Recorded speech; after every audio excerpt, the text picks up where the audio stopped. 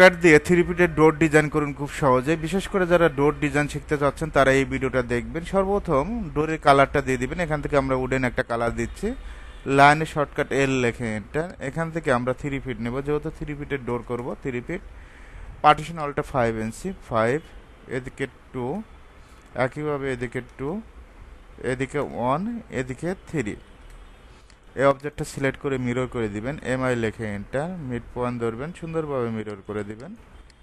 Circle C লেখে enter, এই পয়েন্টে একটা ক্লিক করবেন, এই পয়েন্টে আমরা লাইনটা এক্সটেন্ড করে দিব, ইএক্স লেখে এন্টার, এক্সটেন্ড, সুন্দরভাবে এক্সটেন্ড করে দিবেন। এই লাইনটাও এক্সটেন্ড করে দিবেন।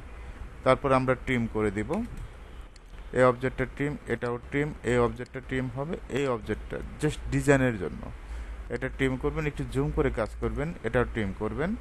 এখন এটা সিলেক্ট করে ডিলেট। এখন আমরা মেজারমেন্ট চেক দিব, ডিএলআই লেখে enter, first point, second point, 3 feet. এখন আপনার বস আপনাকে বললো 3 ফিট 6-এর একটা ডোর তৈরি করতে হবে, আশা করি করতে পারবেন। 2 ফিট 6-এর যদি ডোর বলে 2 ফিট 6-এরটাও করতে পারবেন।